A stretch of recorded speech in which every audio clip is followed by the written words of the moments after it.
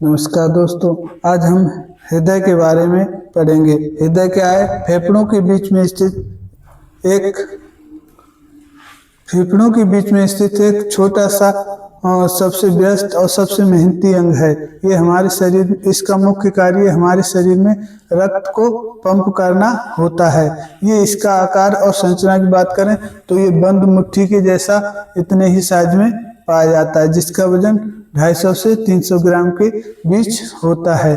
ठीक है, और ये 1 मिनट में लगभग 5 से 6 लीटर रक्त पंप कर देता है और 1 मिनट में लगभग 72 बार धड़कता है। ठीक है, इसकी धड़कने की दर की बात करें तो 1 सेकंड से भी कम यानी 0.8 सेकंड में एक बार ये धड़कता है। ठीक है, एक बार धड़क जाता है और इसी रेट से 1 मिनट में लगभग 72 बार धड़कता है। अगर हम इसकी संरचना के बारे में और समझे तो इसमें 4 चैम्बर पाए जाते हैं, 4 चैम्बर पाए जाते हैं और 2 भाग पाए जाते हैं। 2 भाग 4 चैम्बर। ऊपर के चैम्बरों को हम एट्रियम कहते हैं, से आलंद भी कहते हैं, और नीचे के चैम्बरों को हम वेंट्रिकल कहते हैं। क्या? वेंट्रिकल कहते हैं, जिसे निलय भी कहा जाता है। ओके, इसके बारे में आगे हम डिटेल से समझते हैं। देखिए हृदय मानव शरीर का एक महत्वपूर्ण खोखला मांसपेशीय अंग है। हृदय मानव शरीर का एक महत्वपूर्ण खोखला मांसपेशीय अंग है जो विशेष कार्डियक मसल टिश्यू का बना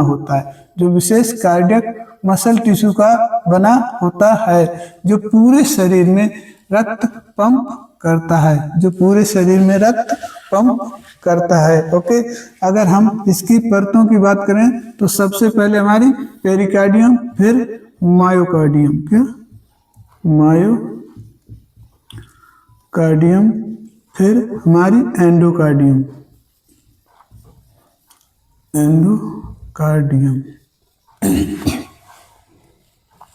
ठीक है दोस्तों, सबसे पहले हमारी पेरिकार्डियम, फिर मायोकार्डियम, इसके बाद हमारी एंडोकार्डियम।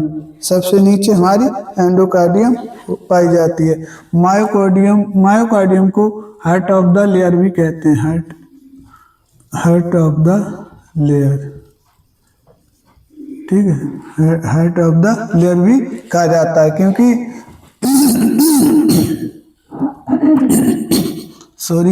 देखिए, पेरिकार्डियम सबसे बाहरी, मायोकार्डियम मध्य की, एंडोकार्डियम सबसे अंत में, सबसे भीतरी। क्या?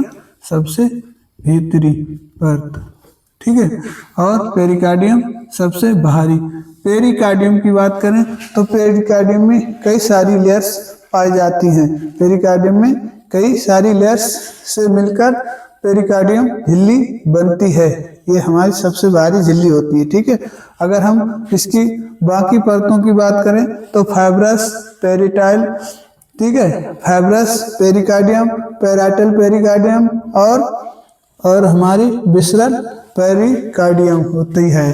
देखिए, फिर याद रखने की ट्रिक है, फिर पीली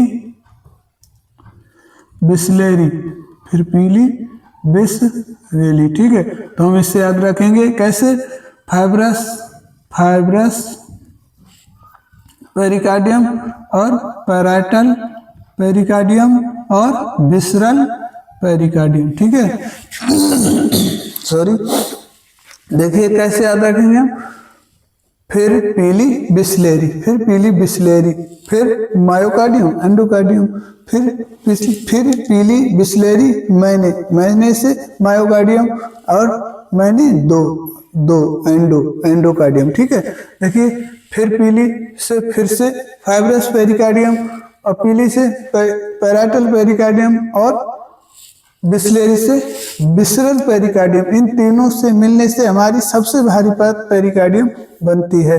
ओके, इसके बाद मायोकार्डियम, सबसे मोटी और सबसे मजबूत, सबसे मोटी और सबसे मजबूत। ठीक है, सबसे मजबूत ये। ठीक है, इसको ही अगर पूछा जाए हृदय की मसल को क्या कहते हैं, तो मायोकार्डियम, क्या मायोकार्डियम ही मानी जाती है। ठीक है, एंडोकार्डियम सबसे भीतरी। ओके, आगे चलते हैं। देखिए, अगर हम हृदय के बारे में बात करें तो हृदय में रक्त इंफीरियर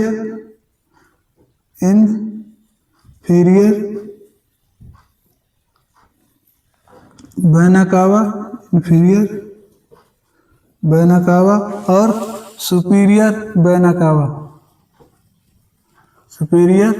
वेना कावा से रक्त हृदय में पंप करता है। कौन सी साइड से, ये हमारी कौन सी है, लेफ्ट साइड, क्या लेफ्ट साइड में पंप करता है। ओके, ठीक है, तो ये हमारा हो गया लेफ्ट साइड।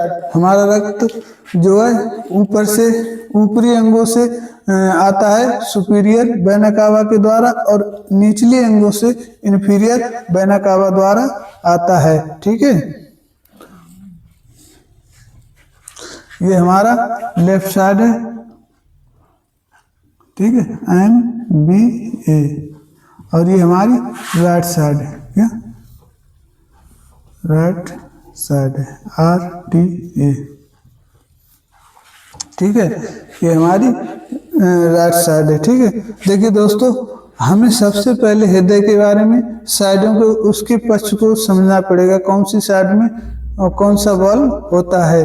देखिए, अगर हम हृदय को कैसे समझे, हम हमेशा देखेंगे तो हृदय की तरफ अपने आप को खुद को रखकर ही समझ पाएंगे। ठीक है, अगर हम मान लीजिए हृदय के पास हैं, यही हमारा हृदय, ऐसी स्थिति में तो हमारा लेफ्ट हैंड इधर होगा, क्या लेफ्ट हैंड इधर होगा, तो इसे लेफ्ट साइड बोलेंगे, और राइट हैंड इधर होगा तो इधर इसको राइट साइड बोलते हैं। ठीक है, देखिए, ये हमने MBA क्यों लिखा है, क्योंकि इस बॉल को हृदय में हमारे 4 बॉल पाए जाते हैं। कितने, हृदय में 4 बॉल पाए जाते हैं। देखिए इधर ये लेफ्ट साइड में हमारा है मिट्रल बॉल, का मिट्रल बॉल। ठीक है, और इसे बाइस्कपिड बॉल भी कहा जाता है। ठीक है, बाइस्कपिड एट्रियम बॉल भी कहा जाता है। एंट्रियो वेंट्रिकल बॉल भी इसे कहते हैं। तीसरा, एंट्रियो वेंट्रिकल बॉल भी इसे कहा जाता है।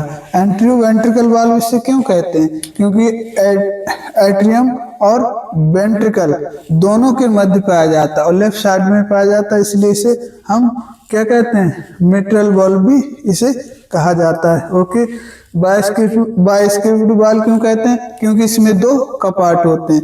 कपाट देखिए, कपाट क्या होते हैं, ये इनका मुख्य कार्य, कपाट ये बॉल होते हैं, इनका मुख्य कार्य क्या होता है, इनका मुख्य कार्य होता है अगर रक्त ऊपर से नीचे आए तो वापस नहीं जा पाए, क्या रक्त ऊपर से नीचे आए तो वापस नहीं जा पाए, इसलिए इनको क्या कहा गया, मिट्रल बॉल कहा जाता है। ठीक है, बाइस्कपिड बॉल भी इसे कहा जाता है। देखिए, हमारा रक्त जो है सर्वप्रथम इंफीरियर वेना कावा और सुपीरियर वेना कावा द्वारा हमारे हृदय में राइट साइड में प्रवेश करता है। यहाँ सबसे पहले हमारा सर्वप्रथम रक्त हमारा नंबर 1 कहाँ प्रवेश करता है, राइट एट्रियम में प्रवेश करता है। इसकी फुल फॉर्म है, इसे RTA से ध्यान रखेंगे। ठीक है, राइट एट्रियम। ठीक है, राइट सबसे पहले इसको ध्यान रखेंगे, इसको जो ऊपरी चैम्बर हैं इन्हें एट्रियम कहा जाता है, इन्हें एट्रियम कहते हैं, और इन्हें वेंट्रिकल कहा जाता है। एट्रियम आने देता है, वेंट्रिकल भेजता है, क्या एट्रियम ए से एट्रियम और ए से ही आने देता है और बी से वेंट्रिकल में भेज देता है। ठीक है, देखिए 4 चैम्बर होते हैं, नंबर 1, नंबर 2, नंबर 3, नंबर 4। भाग की बात करें तो ये बीच से बटा हुआ हमारा 2 भागों में बटा हुआ हृदय होता है, और चैम्बर की बात करें तो 4 चैम्बर होते हैं, 2 एट्रियम 2 वेंट्रिकल, एट्रियम ऊपर और वेंट्रिकल नीचे। ठीक है, आगे इधर देखिए, इनके बीच में राइट एट्रियम और राइट वेंट्रिकल के बीच में राइट एट्रियम राइट एट्रियम और वेंट्रिकल के बीच में हमारा जो वॉल्व पाया जाता है उसे हम कहते हैं राइट एंट्रियो वेंट्रिकल वॉल्व। क्या? Right atrioventricular valve. Right atrioventricular valve भी इसे कहा जाता है। ठीक है, और इसे ट्राइस्किड वॉल्व भी कहते हैं। ट्राइस्किड वॉल्व भी इसे कहा जाता है। ठीक है, और इसे, ठीक है, ये इसके उपनाम है। ओके, अब रक्त हमारा कहाँ पहुंचा? हमारा रक्त पहुंचा राइट वेंट्रिकल में। किसमें? राइट वेंट्रिकल में। और यहाँ जब ये हमारा चैम्बर पूरा फिल हो जाएगा, ये कितनी जल्दी फिल हो जाएगा भैया? 0.8 सेकंड में। क्या? और जब ये रक्त हमारा हृदय कंट्रैक्ट होगा तो ये रक्त लेकर कहाँ हो जाएगा? ठीक है, ये रक्त लेकर हमारा फेफड़ों में पहुंचेगा। क्या? फेफड़ों में, दोनों फेफड़ों में पहुंच जाएगा। ठीक है, दोनों फेफड़ों में पहुंच जाता है। फेफड़ों में जाता है, अभी शुरू में 2 भागों में बटा, फिर आगे चल के और दो भागों में ये रक्त 2 नलियों में बट जाता है। ठीक है, और फेफड़े में पहुंच जाता है। ओके, आगे देखिए, फिर हमारा फेफड़ों में पहुंचा। फेफड़े में पहुंचने के बाद वहां से वापस आता है और हमारा लेफ्ट एट्रियम, क्या? लेफ्ट एट्रियम में प्रवेश करता है। लेफ्ट एट्रियम में प्रवेश करता है। अभी इसमें देखिए, जब हमारा राइट वेंट्रिकल में रक्त पहुंचा तो ये एक वाल्व से होकर गुजरता है, जिसे हम कहते हैं PSLV वॉल्व। PSLV वॉल्व यानी पल्मोनरी सेमी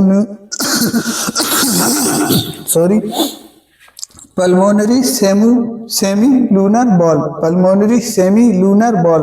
पल्मोनरी क्यों कहते हैं? क्योंकि ये फुफ्फुसीय धमनी द्वारा कहाँ पहुंचता है? कहाँ पहुंचता है हमारा? फुफ्फुसीय धमनी द्वारा कहाँ पहुंचता है? ये पहुंचता है हमारा फुफ्फुसीय महाधमनी द्वारा कहाँ पहुंचता है?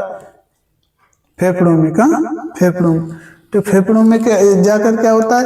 वहां जाकर यहाँ डीऑक्सीजनेटेड ब्लड वहां पहुंचकर वहां से ऑक्सीजन मिक्स हो जाती है, ऑक्सीजन का आदान प्रदान हो जाता है, जिसे हम बाह्य श्वसन भी कहते हैं। जब फेफड़ों और हृदय के बीच आदान प्रदान होता है तो हम उसे बाह्य श्वसन कहते हैं। वहां जाकर हमारा जो ब्लड है वहां ऑक्सीजन ले लेगा और कार्बन डाइऑक्साइड छोड़ देगा। इसमें हमारा सहयोग एल्वियोलाई करती हैं। ठीक है, वहां से हमारा हृदय वापस आकर कहाँ पहुंचेगा? लेफ्ट एट्रियम में।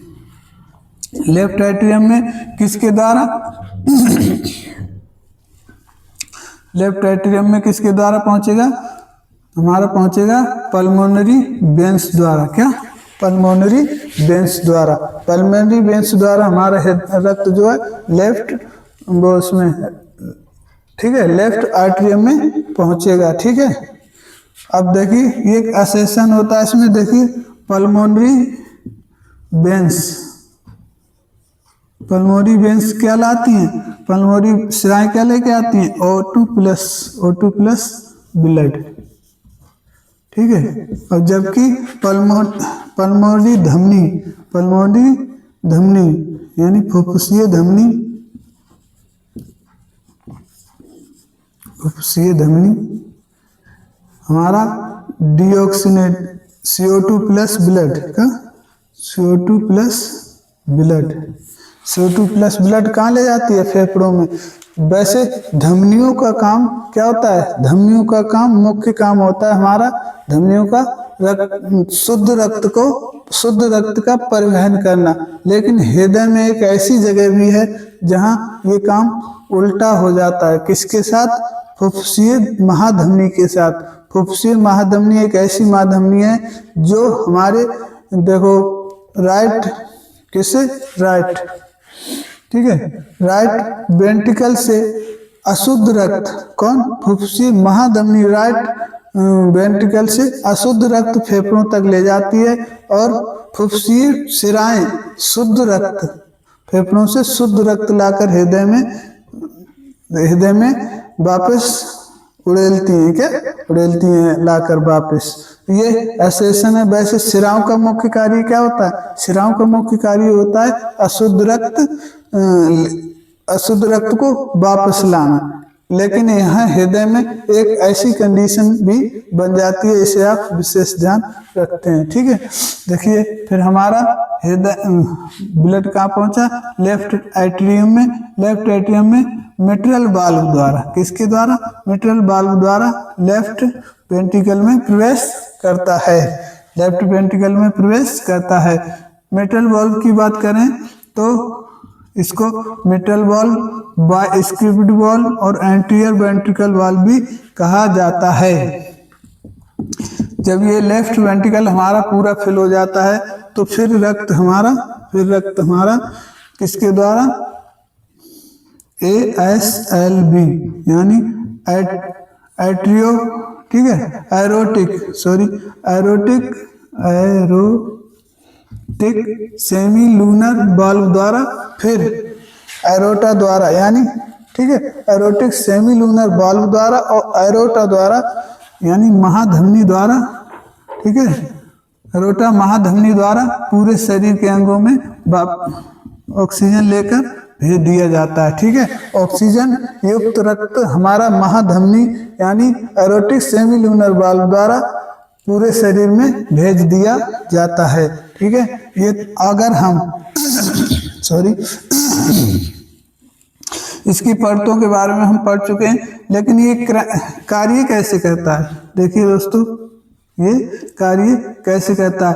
अब हार्ट को संकुचित और प्रंकुचित करने के लिए यहाँ पर ऐसे नोड पाया जाता है जो हृदय के लिए करंट जनरेट करता है। क्या करंट जनरेट करता है? एक छोटी सी डिब्बी होती है जो इलेक्ट्रिक करंट जनरेट करती है, जिससे हार्ट की मांसपेशियां प्रॉपर कंट्रैक्शन और रिलैक्सेशन करती हैं। कभी कभी मानस में ऐसी स्थिति आ जाती है कि ये खराब हो जाता है, तो उसमें आर्टिफिशियल लगा दिया जाता है, ठीक है, ऐसे नोड लगा दिया जाता है। इसके बाद ऐसे नोड करंट जनरेट करके एबी नोड को देता है। एबी नोड इसे क्यों कहा गया? ये एट्रियम और वेंट्रिकल के बीच में पाया जाता है, ठीक है।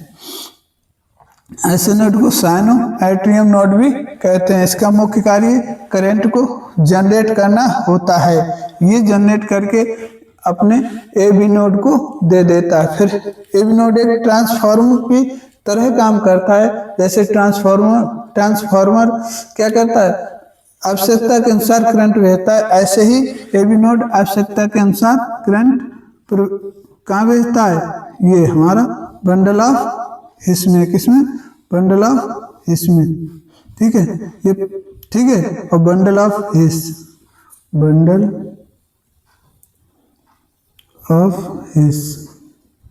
यहाँ पहुंचने के बाद ये करंट हमारे पुरकुंजी फाइबर में प्रवेश कर जाता है। परकुंजी फाइबर इसे इसलिए कहा जाता है कि परकुंजी नामक वैज्ञानिक ने इस फाइबर की खोज की थी। यहाँ से हमारा करंट जनरेट होकर इस परकुंजी फाइबर में प्रवेश करके हार्ट को प्रॉपर संकुचन और रिलैक्सेशन में मदद करता रहता है, ठीक है। आशा करते हैं इतना आपको अभी समझ में आ गया होगा, ठीक है।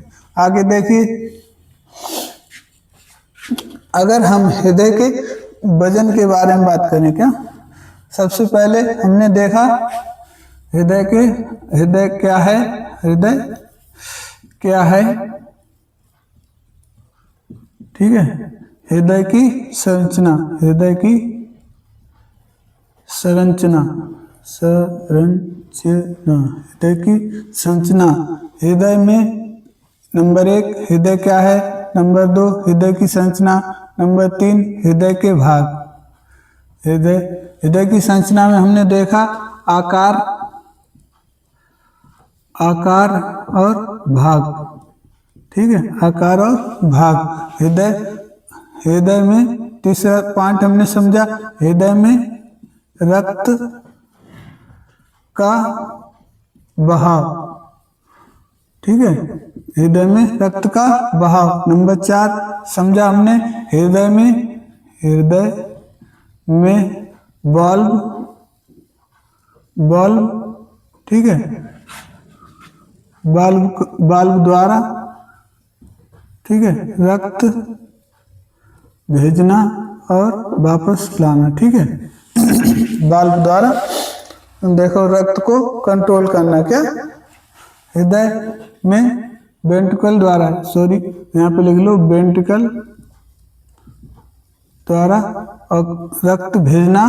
ठीक है, रक्त भेजना, इतना चीज हमने समझ लिया। और इसी में इसके बाद हमने समझा ऐसे नोड, क्या ऐसे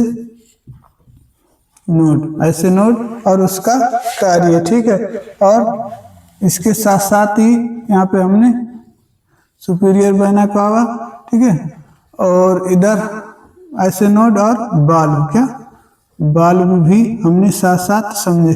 देखिए हृदय, हमें हृदय के बारे में बहुत कुछ पता है, लेकिन क्रम से हम एग्जामिनर को किस प्रकार समझाएंगे उसको पॉइंट को भी याद रखना बहुत जरूरी होता है। देखिए आगे, ठीक है, हृदय के संरचना के बारे में हम बात करें तो हृदय का आकार बंद मुट्ठी जैसा, क्या बंद मुट्ठी, ठीक है, बंद मुट्ठी सा, ठीक है, बंद मुट्ठी जैसा। अगर हम वजन की बात करें, क्या वजन, तो हमारा इसका वजन मेल में होता है 250 से 300, 250 से 350 ग्राम, 250 से 350 ग्राम। ठीक है, अगर फीमेल की बात करें तो फीमेल में ये 220 से 280 ग्राम तक पाया जाता है। ठीक है, आकार कैसा होता है, बंद मुट्ठी जैसा। वजन की बात करें तो 250 से 350 मेल में, फीमेल में 220 से 280 ग्राम तक पाया जाता है। ठीक है, हृदय, ठीक है, ये हो गया हमारा आकार और ये हो गया वजन। ठीक है, अगर हम हृदय में रक्त का बहाव की बात करें, हृदय में रक्त का बहाव, तो हमारा सबसे पहले सुपीरियर, ठीक है, सुपीरियर वेना कावा और inferior vena cava, inferior vena cava द्वारा कहाँ पहुंचा, राइट एट्रियम में। कहाँ पहुंचा, राइट एट्रियम में। राइट एट्रियम से कहाँ पहुंचेगा, बाल्ब मिलेंगे। उस बाल्ब का नाम क्या होगा, ये होगा RTA, राइट, ठीक है, राइट एंटीरियो वेंट्रिकल वाल्व और ट्राइस्क्रिप्ट वाल्व भी इसे कहते हैं। इसके बाद हमारा कहाँ रक्त प्रवेश करेगा, राइट वेंट्रिकल में। किसमें, राइट वेंट्रिकल में। राइट वेंट्रिकल से हमारा हृदय पंप होगा तो कहाँ पहुंचेगा, कौन से वाल्व द्वारा, ASLV, क्या PSLV द्वारा, PSLV इस वाल्व द्वारा कहाँ पहुंचेगा भैया, फुफ्फुसीय धमनी द्वारा कहाँ पहुंचेगा हमारा, फेफड़ों में। क्या फेफड़ों में क्या होगा, CO2 जाएगी बाहर और O2 अंदर, ओके, O2 अंदर। इसके बाद हमारा रक्त वहां से ऑक्सीजनेटेड होकर पल्मोनरी वेन्स द्वारा वापस प्रवेश करेगा। किसमें वापस प्रवेश करेगा, किसमें, लेफ्ट एट्रियम में, आलिंद में। किसमें, आलिंद, दाएं आलिंद में प्रवेश, बाएं आलिंद में प्रवेश करेगा। एक मिनट, लेफ्ट एट्रियम में प्रवेश करेगा, ये हमारा लेफ्ट एट्रियम में प्रवेश करेगा। फिर ये वापस फिर पंप किया जाएगा तो किसके द्वारा, हमारी लेफ्ट वेंट्रिकल में पहुंचेगा। हम बल्ब को MBA इनसे MBA वाल्व द्वारा कहाँ पहुंचेगा हमारा लेफ्ट वेंट्रिकल में। लेफ्ट वेंट्रिकल द्वारा जब पंप किया जाएगा तो फिर ASLV का ASLV एरोटिक सेमिलूनर वाल्व द्वारा कहाँ इसको पंप किया जाएगा और ये महाधमनी का एरोटा द्वारा कहाँ पहुंचेगा। एरोटा द्वारा शरीर के विभिन्न अंगों क्या बॉडी पार्ट में शरीर के विभिन्न बॉडी पार्ट में प्रवेश सभी बॉडी पार्ट में भेज दिया जाएगा। और फिर ठीक है एक मिनट, अब क्रम से समझा तो क्रम से ही समझ लो। एरोटा द्वारा फिर आर्टरी क्या आर्टरी, ठीक है, फिर आर्ट्रियोल्स। एरोटा जब रक्त को पंप करेगी तो आर्टरीज में बट जाता है क्या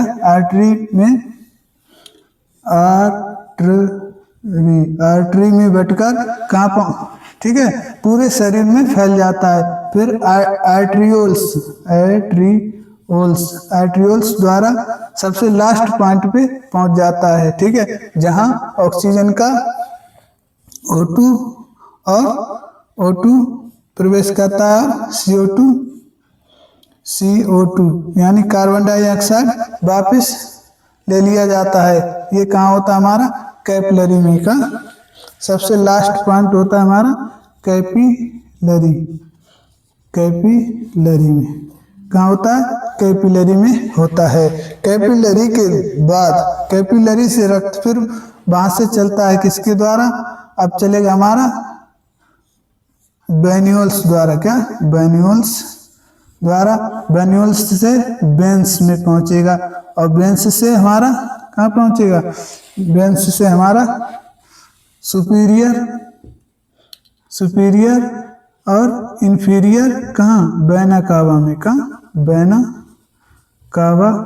में और वेना कावा से कहाँ प्रवेश कर देगा भैया, वेना कावा से फिर कहाँ पहुंचेगा हमारा ये, ठीक है, ये हमारे रक्त बहाव का फ्लो होता है। अगर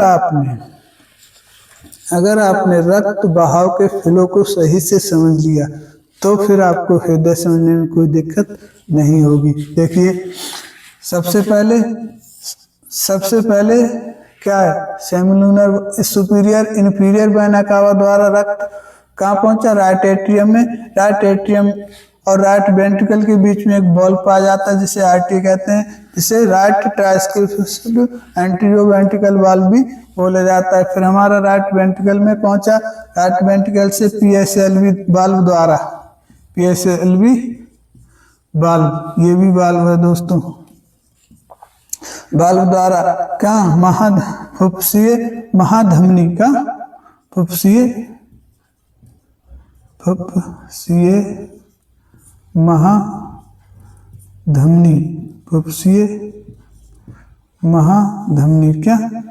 फुफ्फुसीय महाधमनी द्वारा हमारा कहाँ पहुंचा,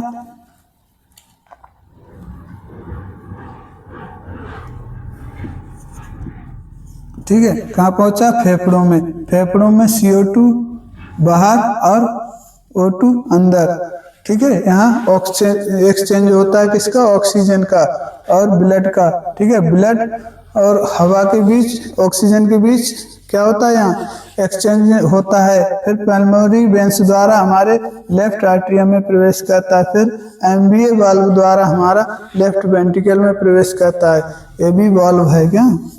फिर ASLV यानी एरोटिक सेमिलूनर वाल्व द्वारा एरोटा में प्रवेश करके आर्टरी द्वारा आर्ट्रियोल्स द्वारा फिर कैपिलरी जो सबसे लास्ट पॉइंट है, ये ऑर्गन का सबसे लास्ट पॉइंट, ये कहीं भी मान लीजिए आप ठीक है, सबसे लास्ट पॉइंट ऑर्गन्स के वहां पहुंच गया और वहां O2 ले ली जाती है और CO2 वापस भेज दी जाती है। यहाँ रक्त का बहाव ठीक है सबसे धीमा होता है, सबसे धीमा रक्त का बहाव सबसे धीमा कहाँ होगा? रक्त का बहाव सबसे धीमा हमारा कहाँ होगा? कैपिलरीज में। का कैपिलरीज में। अगर हम बात करें तो ये हमारी क्या है? ये पूरी प्रक्रिया क्या है? ये हमारी, ठीक है, ये पूरी प्रक्रिया क्या है? ये हमारी रक्त फ्लो करने की प्रक्रिया है। अगर और आगे बढ़े तो ये यहाँ से यहाँ तक, यहाँ से यहाँ तक, एरोटा से लेकर और यहाँ तक, ये कैपिलरी तक पहुंचेंगे तब तक इसमें क्या, इसमें बल्ब पाया जाएगा? बल्ब पाया जाएगा नहीं। क्यों? यहाँ बल्ब नहीं पाया जाएगा। क्या? यहाँ बल्ब नहीं पाए जाते। क्या? नहीं पाए, नहीं होते हैं। क्या? नहीं होते हैं, इनमें बल्ब नहीं होते हैं। बल्ब नहीं होते हैं। बल्ब क्यों नहीं होते? क्योंकि हमारा जब रक्त हृदय पंप करता है तो इसकी स्पीड कितनी होती है? Heart rate. ये भी लिख लीजिए यहाँ पे, रक्त का बहाव, हार्ट रेट, ठीक है। सिस्टोलिक, सिस्टोलिक कितनी होती है हमारी? 120। कितनी? 120। हार्ट रेट, हार्ट रेट, ठीक है। हार्ट रेट क्यों दोस्तों? सॉरी दोस्तों, ब्लड प्रेशर का, ब्लड प्रेशर। सिस्टोलिक कितना होता है हमारा? 120। और ब्लड प्रेशर डायस्टोलिक कितना होगा? डायस्टोलिक हमारा 80। क्या? 80 HH, 120 HHMG, और ये हमारा 80 HHMG, ठीक है, ठीक है, HHMG।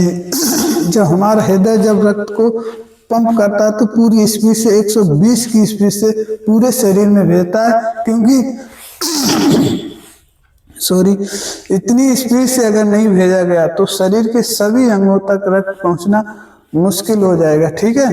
तो इसलिए इसे 120 की स्पीड से रक्त पंप किया जाता है और वापस आते समय इसकी स्पीड स्लो हो जाती है, जिसकी जो लगभग कितनी हो जाती है? लगभग 80। कितनी? डायस्टोल कितनी हो जाती है? 80। कितनी हो जाती है? 80 HHMG।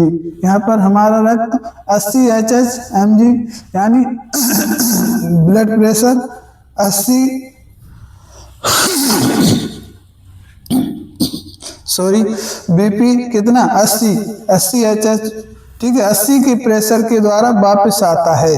तो यहाँ एक गुंजाइश होती है कि रक्त वापस ना कैपिलरी में पहुंच जाए, वापस कैपिलरी में ना चला जाए, इसलिए यहाँ बल्ब पाए जाते हैं। बल्ब इसलिए पाए जाते हैं, अगर यहाँ से रक्त भेज दिया जाए तो बल्ब उन्हें रोक ले। क्या?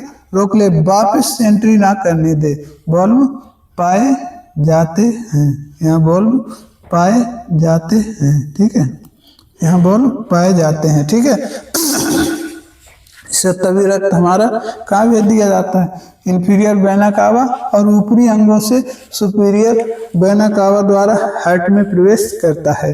जब प्रवेश करता है तो उस समय इसकी स्पीड लगभग 80 के आसपास होती है, जिसे हम डायस्टोल प्रेशर कहते हैं।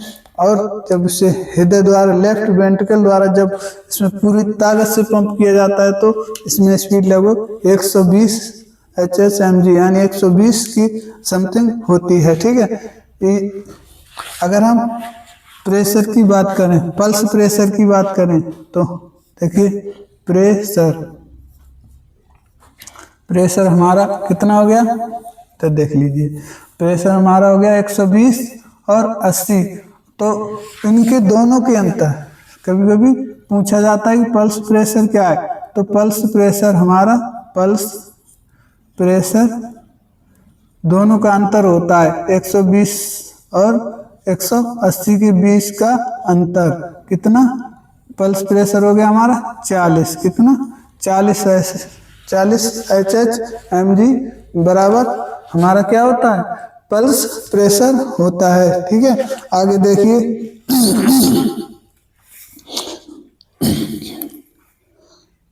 ठीक है। अब हृदय में होने वाली बीमारियों के बारे में हम समझ लेते हैं, ठीक है। हृदय में होने वाली बीमारियों के बारे में समझ देखते हैं। रक्त पंप, करना। ठीक है,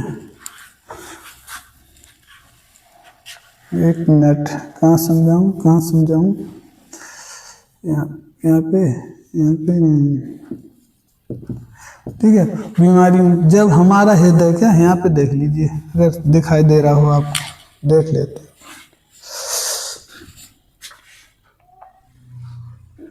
सही है, देख लीजिए, इसको थोड़ा ऊपर लिख लेते हैं। ठीक है, इंफीरियर पैना कावा। ठीक है, अगर हमारा हृदय ट्रेकीकार्डिया, क्या ट्रेकीकार्डिया, ठीक है, ट्रेकीकार्डिया और ब्रेडीकार्डिया,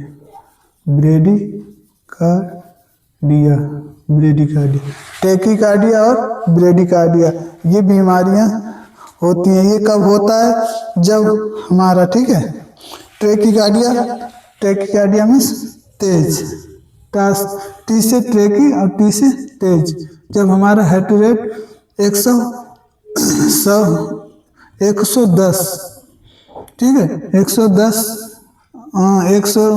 से प्लस हो जाए, ज़्यादा हो जाए, क्या ज़्यादा हो जाए, तो ट्रेकीकार्डिया, क्या ट्रेकीकार्डिया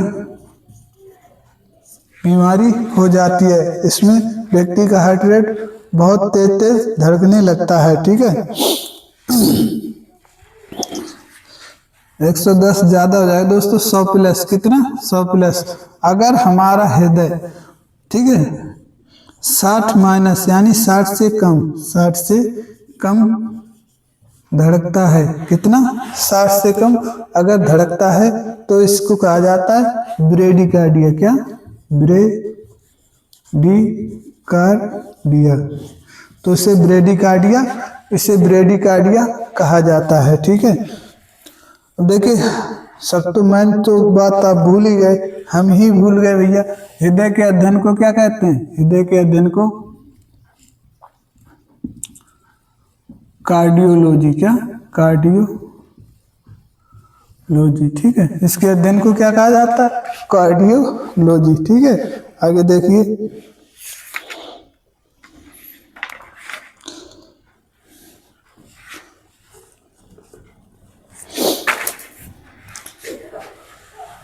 हृदय कितना पंप करता है, पंप 1 मिनट 4 से 5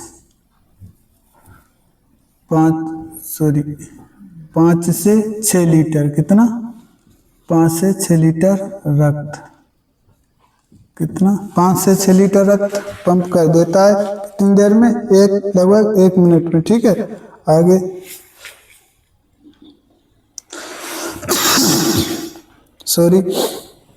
सबसे पहले हमने हृदय की परतों के बारे में समझा, इसके बाद हार्ट रेट, ठीक है, हार्ट के चैम्बर्स के बारे में जाना, और इसके बाद हार्ट के वाल्व्स के बारे में जाना, इसके बाद धमनी और नसों के बारे में भी हमने समझ लिया है।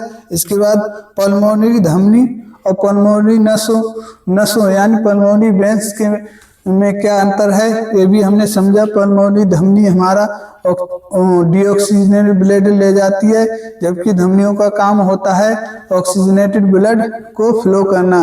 लेकिन फुफ्फुस धमनी एक ऐसी धमनी होती है जो डीऑक्सीजनेटेड ब्लड को फ्लो करती है। आगे हमने समझा कि पल्मोनरी धमनी जो है, पल्मोनरी शिरा, जो शिराओं का मुख्य कार्य क्या होता है, डीऑक्सीजनेटेड ब्लड को फ्लो करना। लेकिन यहाँ हृदय के अंदर क्या होता है भैया, फुफ्फुसीय शिरा जो होती है वो हमारी ऑक्सीजनेटेड ब्लड को फ्लो करती है।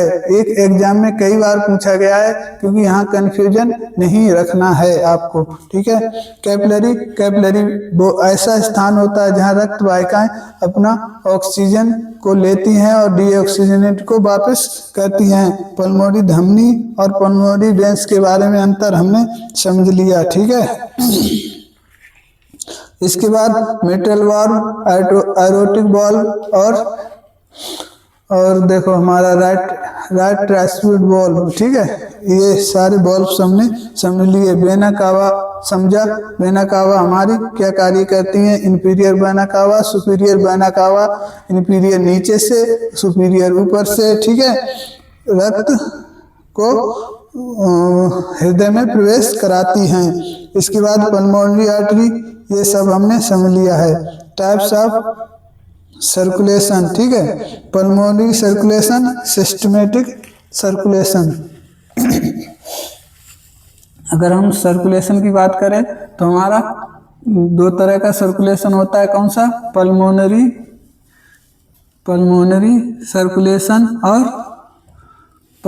सर्कुलेशन और दूसरा हमारा होता है सिस्टमेटिक सर्कुलेशन। क्या? Systematic circulation. सर्कुलेशन के प्रकार की बात करें, सर्कुलेशन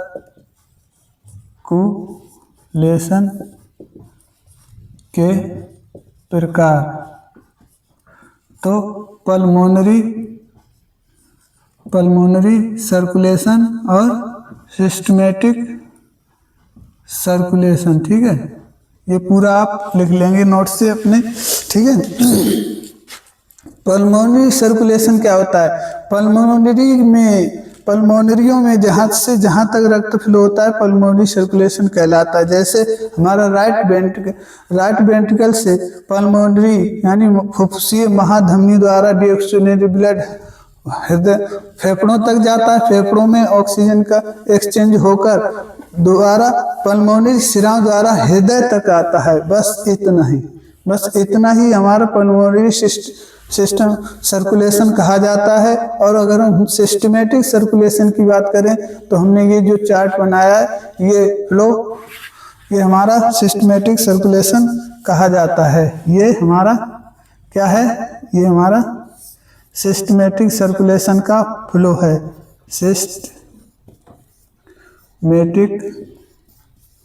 सिस्टमेटिक सर्कुलेशन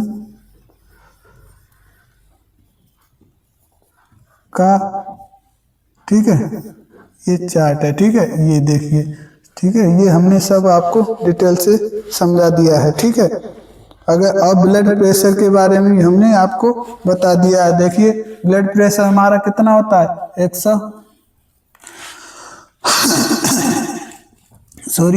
120 की स्पीड से भेजा जाता है, जो हमारा लगभग कितने में हो जाता है? 0.3 सेकेंड। क्या? 0.3 सेकेंड। 0.5 सेकेंड में डायस्टोल होता है हमारा। क्या? ठीक है।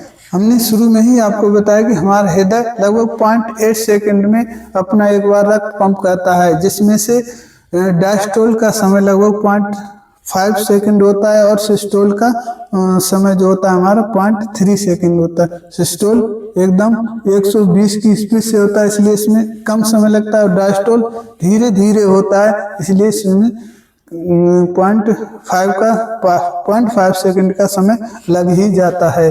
देखिए ये हमने आपको बता दिया, ठीक है। ब्लड प्रेशर हमने समझ लिया। आगे, ठीक है। लगभग हार्ट से रिलेटेड हमने सभी पॉइंट कवर कर लिए हैं इसमें। आशा करते हैं आपको ये सब समझ में आया होगा।